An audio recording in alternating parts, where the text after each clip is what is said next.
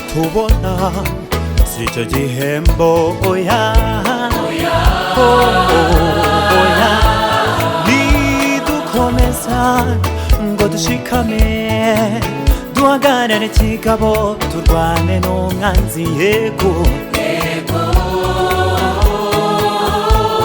Satani nabashukishe iby'isi mubona kuko bizashirana n'ukwifuza kwayo yego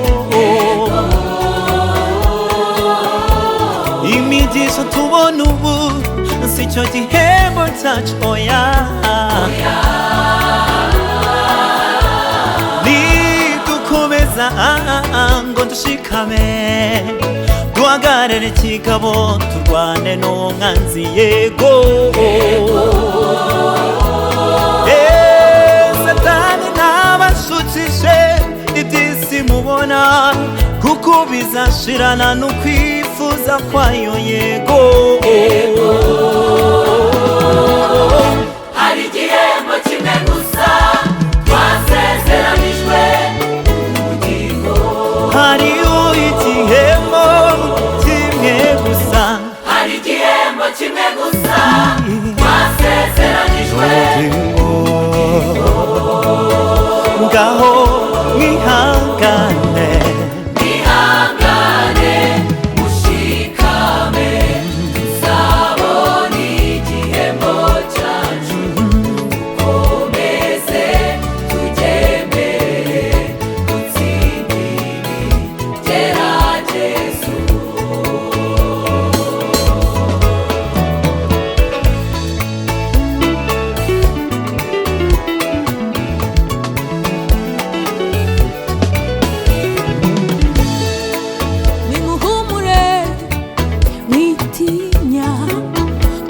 turarwana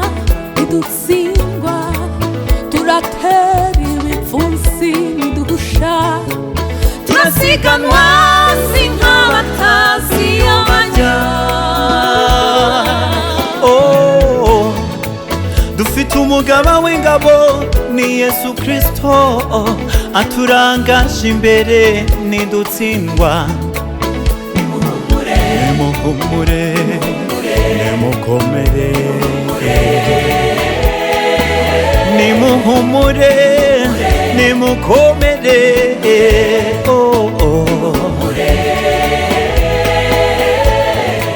nimukomere shuti mwitinya kuko turarwana nidutsindwa turatera ibipfunsi kandi niduhusha turasiganwa si nk'abatazi bajya dufite umugaba w'ingabo ni Yesu Kristo aturangaje imbere nidutsindwa oya nimuhumure nimukomere nimuhumure nimukomere nimuhumure dukomeze tugendere dukomeze dutsinde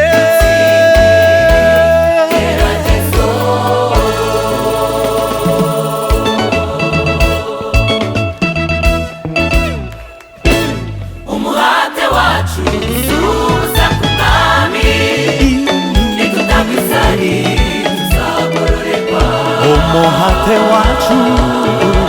ntabwo ari ubusa umuhate wacu uza ku mwami nitutagwisari tuzahinga dukora imirimo myiza kandi dukiranuka nitutagwisari ibihembo birahari umuhate wacu uza ku mwami nitutagwisari tuzagororerwa mureke dukore hakiri ku manywa dukorane umwete umuhate wacu uza ku mwami